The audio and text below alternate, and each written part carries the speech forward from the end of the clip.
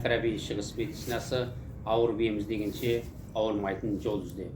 Бүгін біз көктемнің апрельдің жаңбырынан кейінгі алғашқы өсімдік бақабақ шөбі туралы қазақтың дәстүрлі медицинасында оны қалай пайдаланады, оның ғылыми негізі қалай, осы туралысында өзіміздің шағын ойымызды істермен бөлісе кетуді жөн көрдік. Бөлісіп, таратып, жүрек басып қоюларыңызды сұраймыз. Әл-Фараби шығыс медицинасы кеттік. Бақабақ шөбінің гүлі, сабағы, тамыры барлығы біздің адам ағзамызға өте қажетті дәрілер ретінде ата-бабаларымыз пайдаланып келген. Бірінші қасиеті антибактериалды және қабынуға қарсы. Антибактериал деген сөз бактерияға қарсы және қабынуға қарсы. Адам ағзасында жаңағы суық деген кезде тамағымыз қабынады, басқа да қабынулар болған кезде осы бақабақ шөбін қайнату арқылы қабынуға қарсы пайдаланған.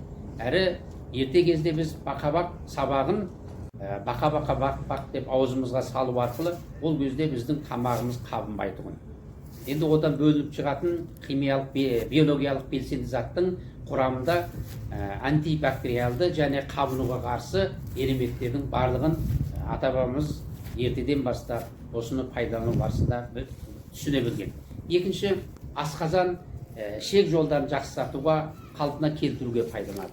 Асқазандағы құрттарды, ішектердің қабынуларға, ішті босатуға пайдаланған. Сосын үшінші, тыныс алу жолдарына. Тыныс алу жолдарында жаңағы ауруларын емдеуге, жөтелді басуға, бронхит және басқа да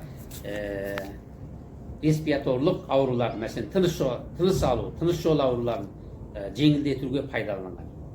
Ал енді сонымен қатар төртінші қасиеті қан айланысын реттеген. Мұнда ми қан тамырлары мен жүрек қан тамырлары ауыр. Сонымен қатар қан қысымының жоғарылап кетуінде ыстықты басуға осы бақабақ шөбін пайдаланған.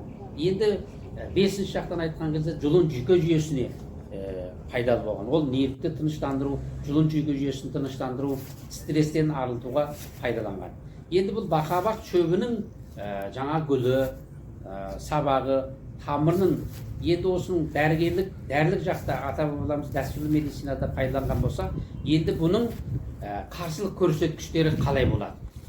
Олар түрлі ауруларды емдеумен бірге оның адам ағзасына қарсылық көрсеткіштері де болады. Ол қандай? Жүктілік кезінде, сосын омырау емізген кезде, сондай қан қысымы төмендегенде, ағзада кейбір шөптерге аллергиялық болған жағдайда бұл бақабақ шөбін қолдануға мүлдем болмайды. Әртүрлі ауруларды емдеуге және алдын алуға қолданылады. Қазақ дәстүрлі медицинасында құрттарын арылту, асқазан, ішек ауруларын емдеуде, суық тиюден жазылу мақсатында қолданылады. Енді бұны қолданған кезде артық мөлшерден дозасын арттыра пайдалансақ, ол әрине бізге оның құрамындағы кейбір улы заттар адам ағзасын улап кетуі мүмкін. Сондықтан кеңес бойынша пайдалануларыңызды сұраймыз. Әл-Фараби шығыс медицинасы ауыр биеміз дегенше ауырмайтын жол ізде.